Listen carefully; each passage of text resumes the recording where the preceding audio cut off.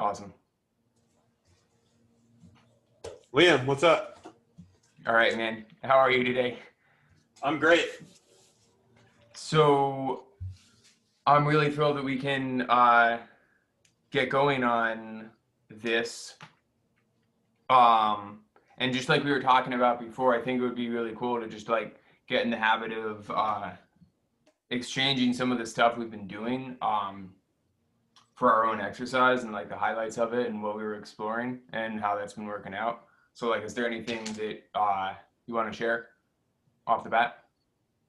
I like it too, on the level that we can not only document our own journeys, and I like the expression, but one washing does not last a lifetime. So like, this is it's just going to keep circling back to like, what are we doing now? What are we up to? What are our experiments? What are we noticing? What are we perceiving? What are we thinking about? And that's so personal. It's so N=1. So I love the idea of just documenting and sharing conversation about our own experiences and what we're up to, with an overlay or a backlay or a backdrop of like our past, where we've come from, some of the silly things we've done, and some of the things we've learned. And then also just like in a general sense, I think it's cool that we can look at trends in the fitness and exercise world, and then look at future trends that we think might come up. And then also look at like maybe busting some of the myths of the industry and debunking some of the, at least what we understand to be kind of nonsensical approaches. I love that. Totally.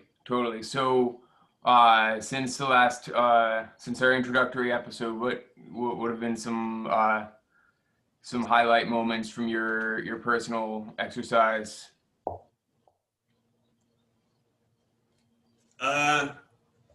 Well, I have a little Evernote. Maybe I'll share that later, but it's like I do a very general tracking of like things. I call it Zenso.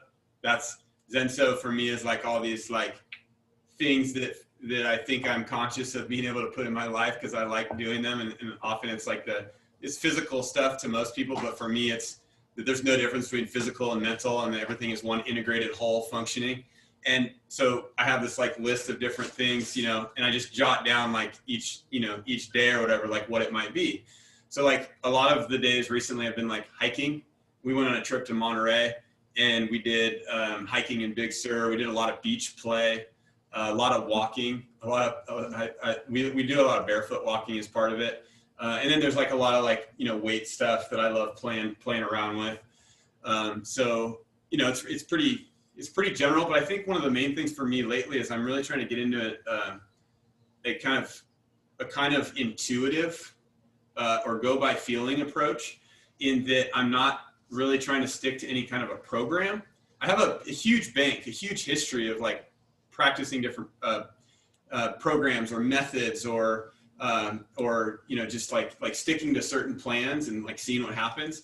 But lately it's really, I'm trying to get intuitive, and there are some basic foundational things I'm keeping in mind as I do that. But it's really like I wake up in the morning, I have some coffee, I eat a big breakfast, it's real relaxed, and I kind of just think how I feel. Like, what kind of sleep did I get the night before, and what might that mean as far as my activity level for the day, and it could just be different every single day.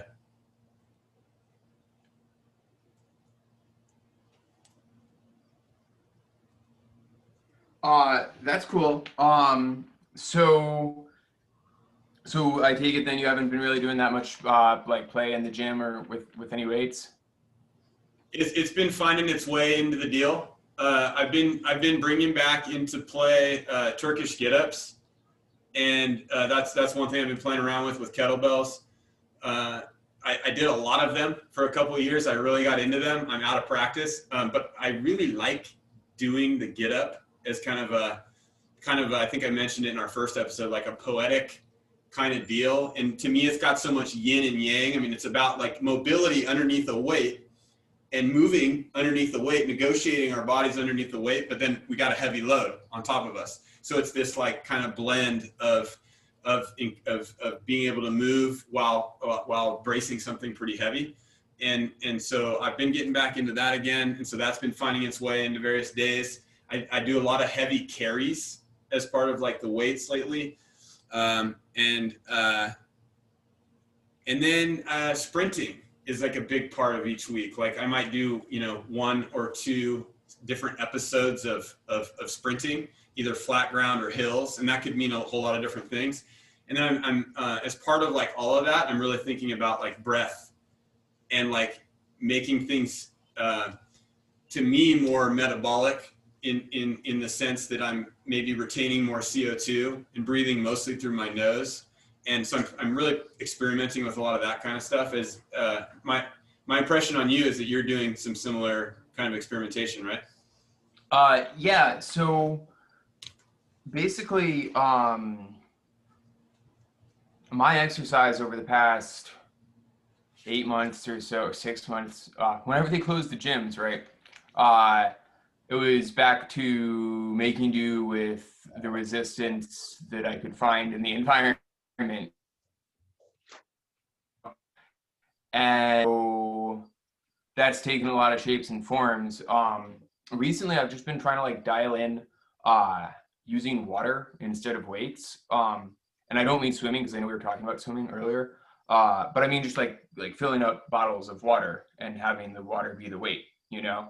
And then just creating really practical ways to like use that to program with that, even if it's just in my own head for the sake of my sanity to like keep a record of what I have been doing. Because that's really big for me. Like I've done a lot of programming.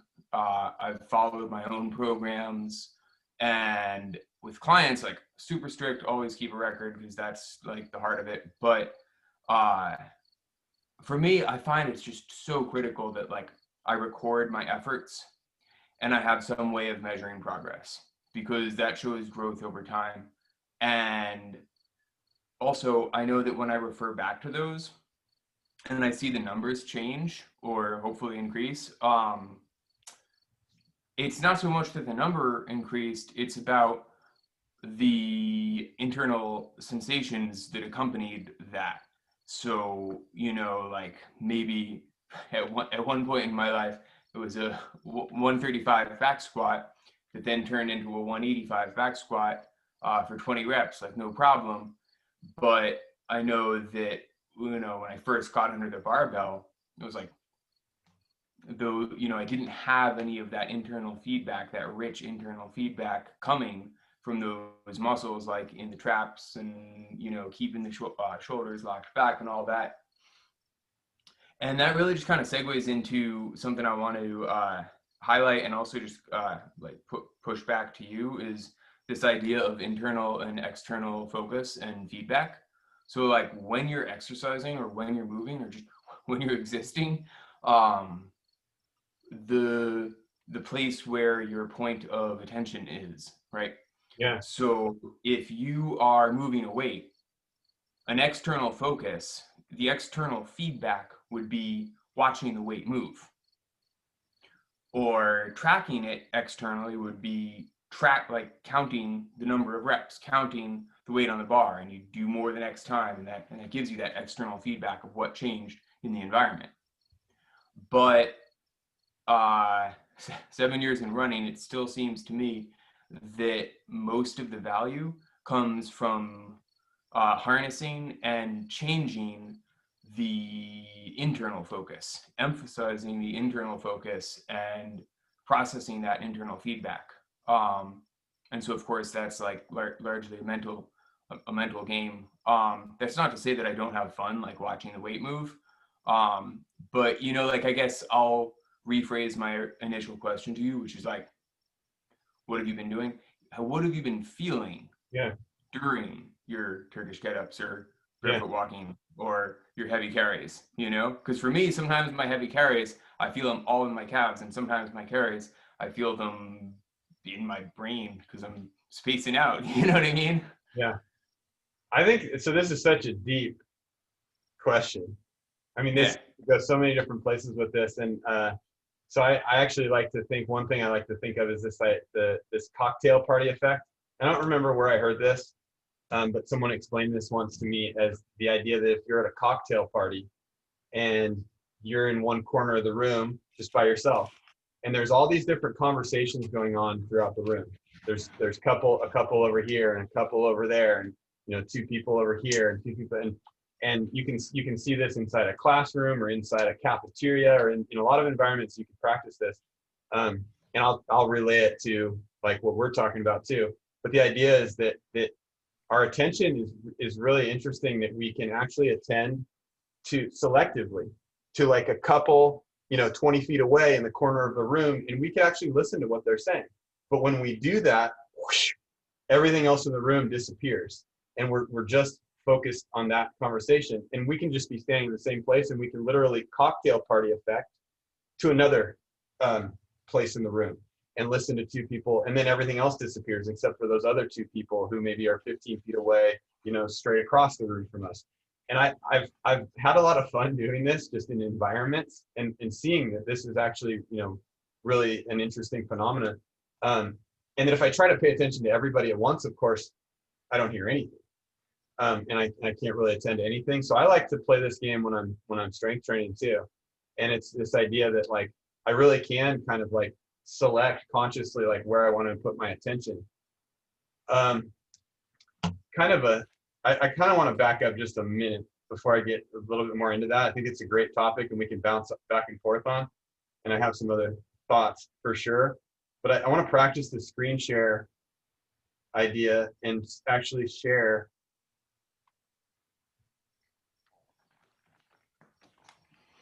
the Evernote I was talking about, and kind of talk about something you brought up. So do you see what I'm sharing now? No. You see my Evernote? Okay. Try this again. This will be a work in progress here, I guess. There you go. Okay, cool. So now do you see the Evernote? Hold on. I was. Zenso? And yes. Okay. So like you were talking about how you think it's important to log everything.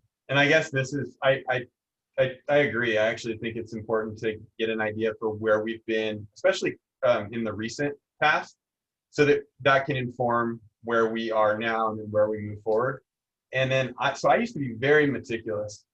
Like I'm talking 20 years ago, I used to be as detailed as I possibly could, almost neurotic about my rest periods, about sets and reps, of course, time under tension while lifting, and then frequency of training, from day to day, and how many hours between, not just days, but how many hours between similar sessions.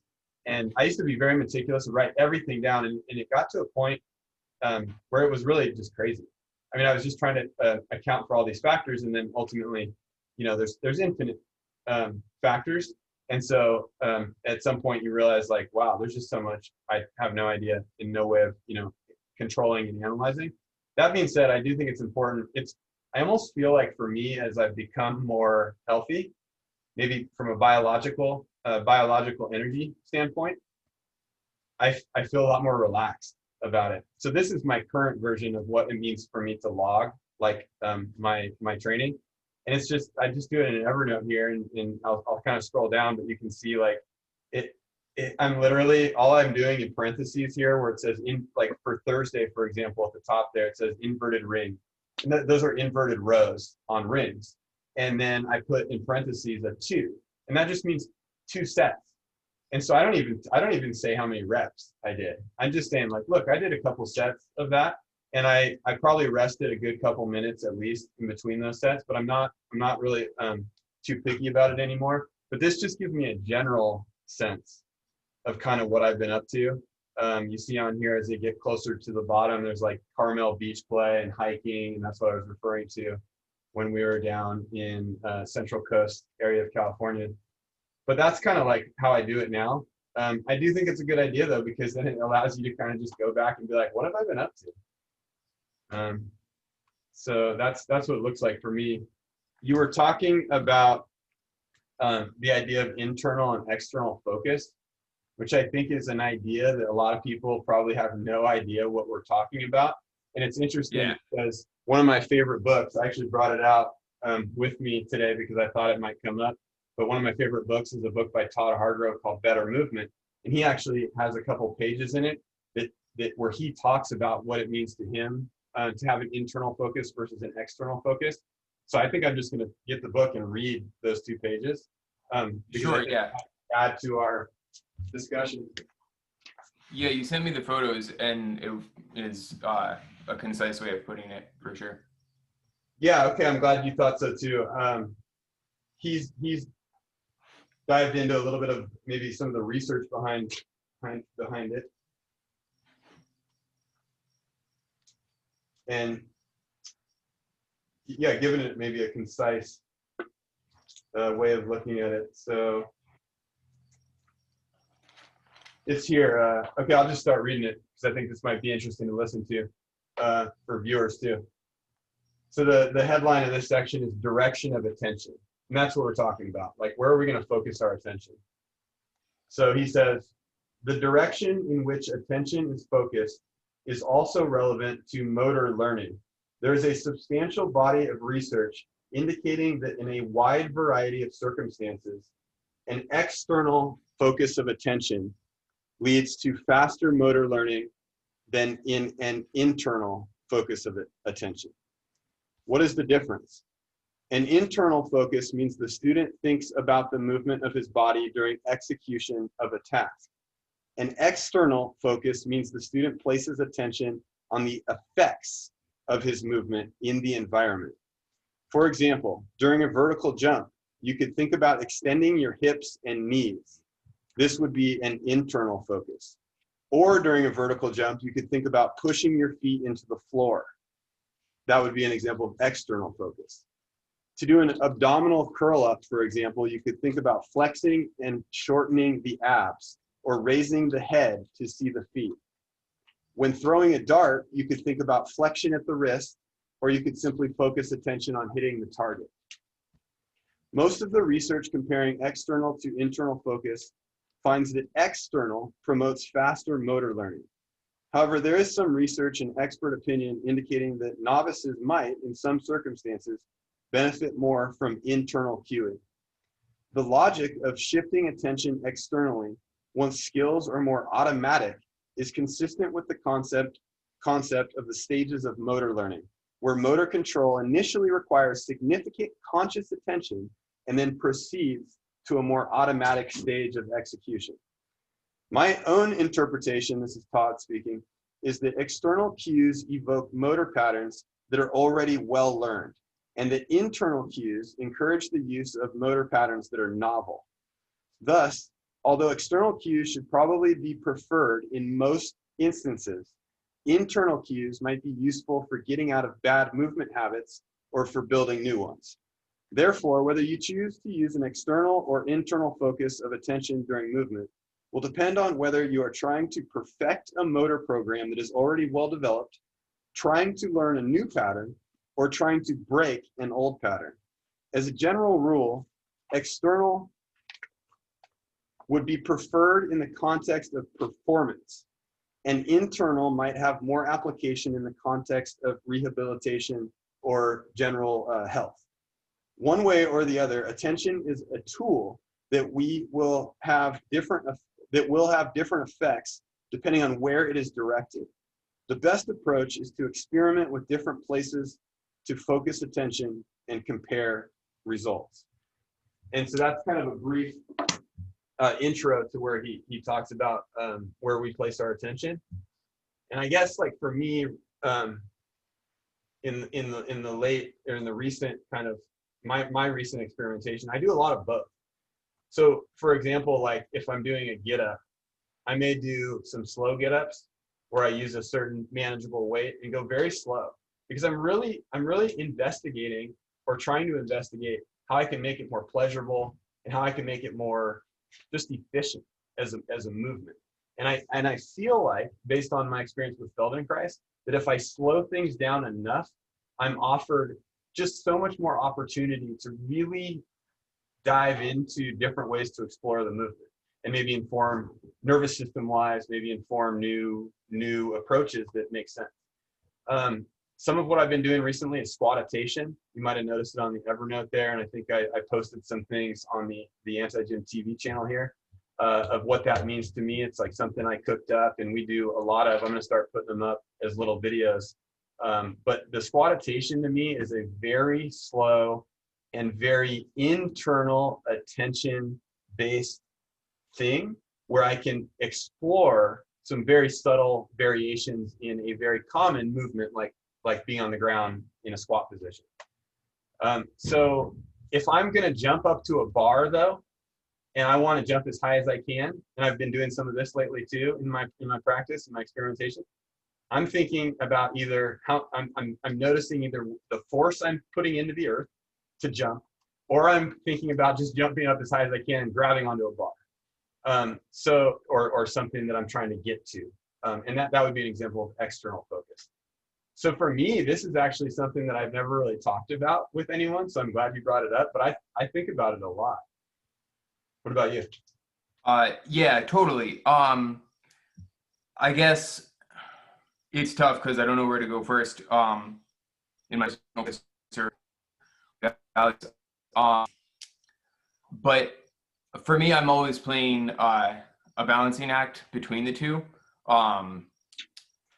where sometimes I guess my tendency is to go to the internal focus, and it always has been, because my exercise started with like lifting weights, and you don't really lift weights to get the weight to a certain height off the ground. Like, who cares? Like, the idea of lifting a weight is to deliver a stimulus to your body.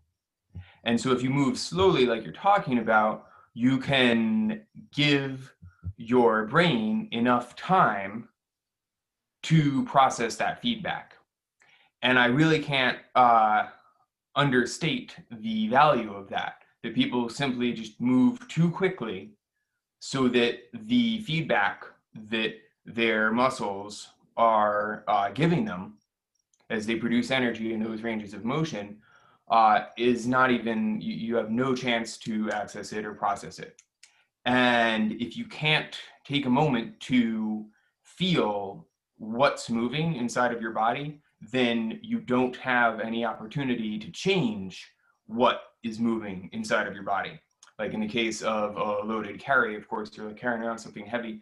Well, I could be picking my knees up really high, or I could be walking on my tiptoes, but I'd first have to focus on how much my ankles are moving in the first place beforehand.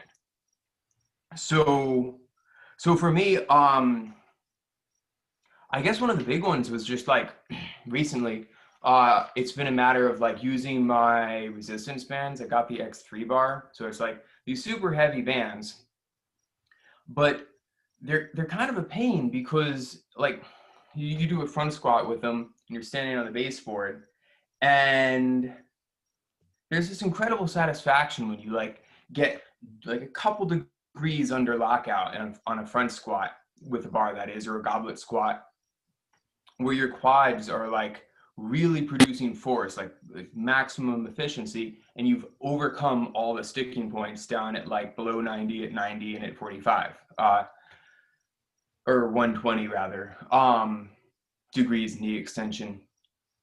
And so once you get up to the top, you have that moment of victory, right? Like the weight isn't any heavier there.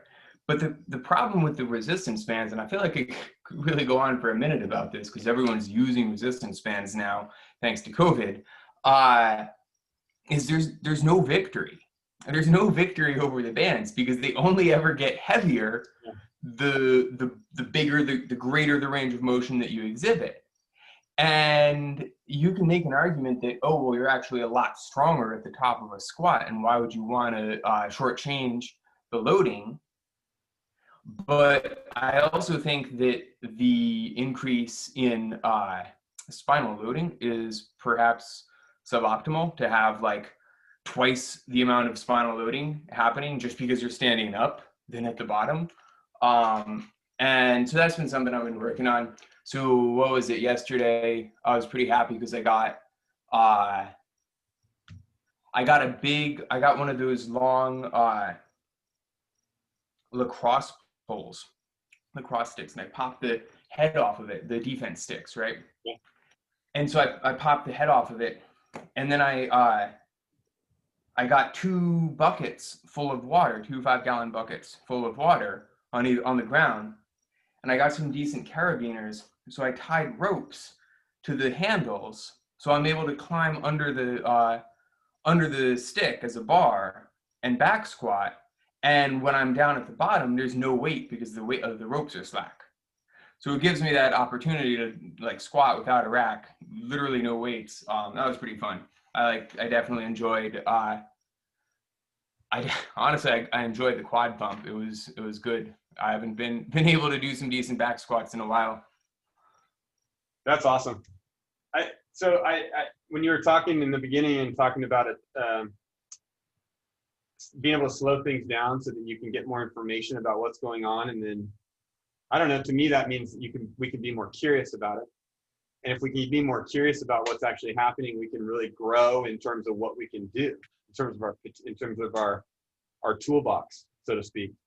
And it reminded me of kind of when Todd, in that section from Todd Hargrove, he was talking about novel, like new things, especially lend themselves, I think, to slowing things down, because we're really learning like what that thing is or what that thing can be. And that as we learn more and more how we really feel good doing it, or what that route or path of movement might be that is like real efficient and we love it, then we can speed things up, because then we're just in a sense like greasing the groove, or like improving the depth of the path. I think he uses sometimes the example of like a skier. If a skier is going downhill and he's never skied this mountain before, and he's going down the hill, like he can take all kinds of routes at first, and that's interesting because you're learning about which route you might end up wanting to go. But then eventually, when you find a route that you want to really groove, if you keep going that route, now you're just, the tracks for that route are really getting detailed. And I think that another way to look at the tracks of that route on the mountain are like brain maps. Like when we do an action over and over and over, I think it strengthens the brain maps associated with various types of movement, or various parts of our body in movement. In Feldenkrais, I think he called it, one of the reasons he takes gravity out of the picture, I think Feldenkrais is very related to Tai Chi in many ways, but Feldenkrais, I think, as far as gravity, takes it a step further, and this is just my understanding, because when you lay on the ground, you're taking gravity way out of the picture. And so when laying on the ground, you can really slow things down, and you don't have gravity as much interfering with what you're doing. And he called it, what you were describing, I think he called it the Weber-Fechner principle. And the Weber-Fechner principle, as far as I know, as far as I can remember, an example I have for that is like if we're watching a train zoom by in front of us at, let's say, 120 miles an hour, we're going to pick up very few details of the train cars and what's in front of us, because it's going so fast. We just can't make sense of all that. But if we slow the train down to like 5 miles an hour, and we see that train going slowly in front of us, wow, we can see so much more about the details of the train cars and the tracks and the wheels and the people on board, and we just pick up more information. So he related that to the nervous system. And when we slow things down and take gravity out of the picture, we can really get more information to our nervous system, for our nervous system to make sense of it. And he talked about that being a very subconscious kind of thing, that the nervous system will take that data and really run with it without our trying to do like a whole lot at all. So I was thinking of those things when you were talking too. Yeah, totally. And for me, like, because I've gone back and forth, sometimes I'll be like, oh, I'm gonna, it depends on the value that I think I'm about to, or trying to get from an exercise. So if I'm like, oh, I'm gonna do these because I want to see how well I can do these, or if I'm doing these because I want to get a pump in my quads, well, I realized that there's sort of a point of diminishing returns on that as well, where if you try and slow the train down too much, right, then the people kind of fall asleep, right? And you don't really see what's actually moving. And so there seems to be a sweet spot where you are still allowing the movement to happen, right? You're not just like bracing the hell out of your core and like squeezing as hard as you can, trying to like protect your kneecaps, you know. And there's just something in that, the give and take of finding the value. Well, I think, yeah, when you slow things down to like almost, you can't even see movement happening. It's going so slow. And you're doing something for so little of a length of movement. That's hard work too. Yeah. And so when you talk about people falling asleep, it also to me expresses how truly hard that, like you have to be in a place where you can exert that type of mental energy to do that. It's very hard work. Like Feldenkrais talks a lot about resting. And so you might do these infinitesimally small movements, but the requirement for rest is very is much a part of that, because it's so hard to do that. And I've done some Feldenkrais with other people, and not that many, because a lot of people just don't seem to be able to handle that. Like a lot, and you talk about falling asleep. Like I've done some Feldenkrais with people where they do fall asleep. Like they literally fall asleep. Like I'll like, we'll be either listening to an ATM there's recordings online you can find, or I'll be talking through one, and 5 minutes in, they're literally asleep. They're sleeping. And I think it is it's part of that it's so hard. Didn't Arnold, I think Arnold Schwarzenegger intuitively understood the mind-body connection, and he used to talk about how important it was to feel the inside the muscle and to experience that interconnectedness. So I think a lot of people intuitively have really gotten what we're talking about, and it can exist in so many different ways. Yeah, you're exactly right. The focus that's required is what's exhausting. And so that's why it can be, I think it's just important to choose your application of either external or internal focus wisely, because there are more and less rewarding places to apply it, right? So if you're trying to jump farther, I might even disagree with the book you were just reading from. And even if it's just like a novice who's literally never tried to jump farther, I would just be like, look, like jump beyond the target, like see yourself going through the wall, at the edge of the room, whereas if you're going to apply an internal focus, I think the most underrated factor is the level of complexity and the demands that are being placed on the person while you're asking them to. So I sure as hell have been guilty of like getting somebody into the gym. It's like maybe their 4th week in, and we've got their deadlift looking good.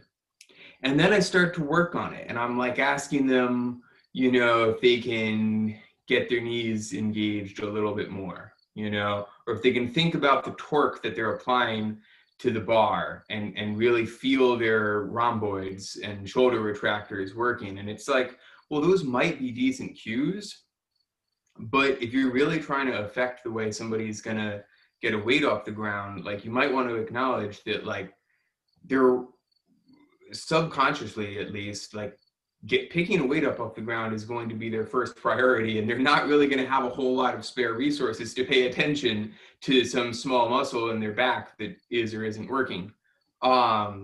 So a matter of magnification, it's like trying to get somebody to focus on their dorsiflexion while they're working on a deadlift, I would say is probably a poor place to try and do that. Whereas if you have somebody work on their ankles while they're lying down or while they're seated, or even just while they're like standing up on one leg, that's plenty complex. Then you at least free up their focus and their resources and their energy to prioritize that and actually make lasting changes to those tissues and how the brain communicates to those tissues. I think you're right. Yeah, and I read that section from Hargrove, kind of like what you were saying, actually, that if we are really strictly just thinking about performance, like it does seem that there's some pretty compelling research to suggest that, like, yeah, we should have an external focus. Like that will actually make us jump, farther. And I agree with that. And I wonder if at some point, if you realize, like, and you said to clear up dysfunction, or maybe some things, injuries happen, or like someone realizes that the way they're jumping over time is causing some issues.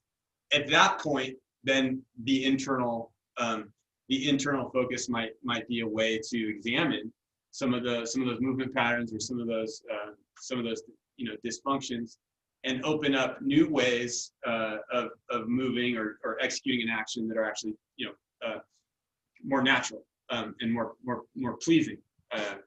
I like that. I like looking at it like that. With deadlifting, I'm totally with you. Like some real common, like, external focus cues I think of when deadlifting. Some examples would be like feeling the grip of the bar in your hands. Like, what does that feel like? Because now you're tangibly feeling the connection point between your hands and the bar, and you're also irradiating. If you're gripping, like that expression, white knuckle grip, like if you grip hard enough, you're irradiating a tremendous amount of force potential through your hand, up your wrist, into your arm, into your torso, like in through your whole body. Like there's a kind of a communication in that sense too.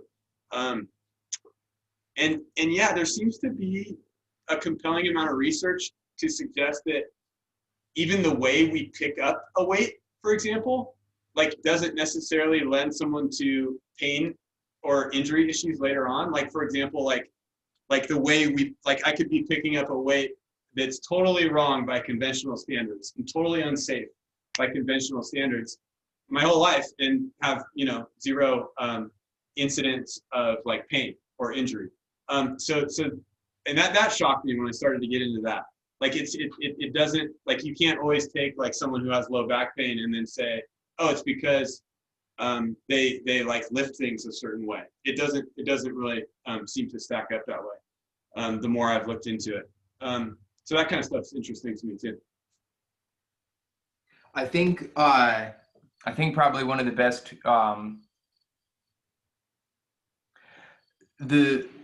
I think the heart of the internal focus, and why I'm so keen on it, and why I would highlight it for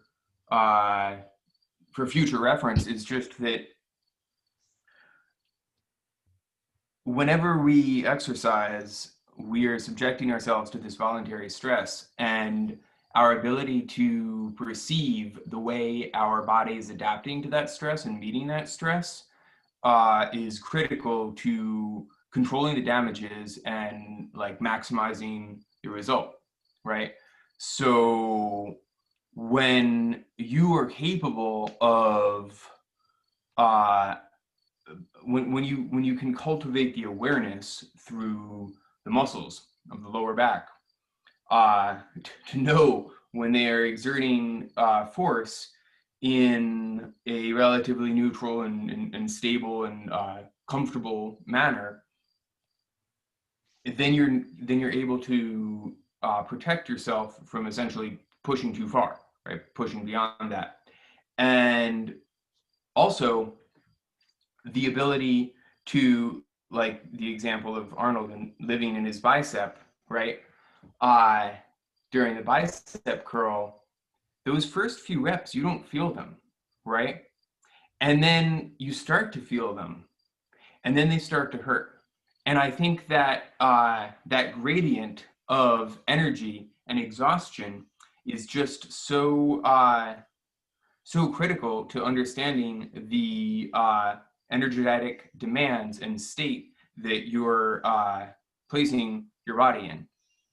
It's crazy how the sun both came out at both of our places at the same time. That's funny. I actually was just noticing that like right before you said that. So yeah.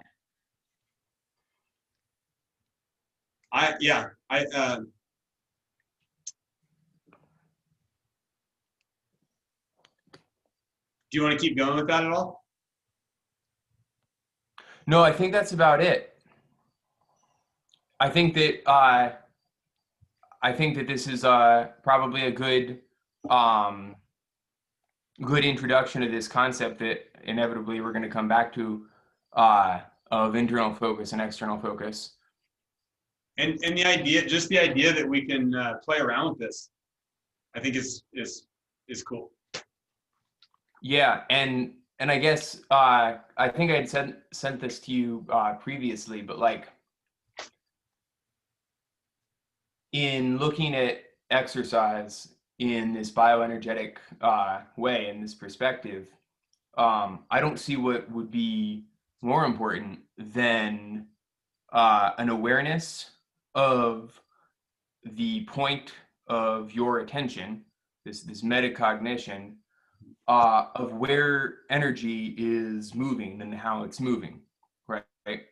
So are you focused on the energy that you are affecting in the environment around you, or are you focused on the production of energy inside of your system in some localized tissue? We could even look at something like going for a walk, right? Like, especially if we're going for a walk by ourselves, what are things we may be attending to while this is happening? Are we feeling our feet as they navigate the earth with each step, like the contour of the ground and our feet, working together or relationshiping? Are we listening to a bird, right? That might be chirping, or leaves, rustling in the wind. I don't know, these things I like to play with. It's harder to do when I'm like with other people, but then there's other things, right? Like, so if we're walking as a family or I'm walking with a friend, and it's like there's a conversational kind of thing that ends up taking the focus. And it's not like one is better or worse. It's just, to me, it's the idea that we get to play around with this, and that we're actually thinking about this stuff as being fun and part of the process. Yeah, 100%. Well, awesome, dude. I'm really glad that we could touch on these, and I'm really excited to get into some more of the notes that we had outlined in the future. Me too. Yeah. Awesome, man. All right, more to come. Yeah, I love it.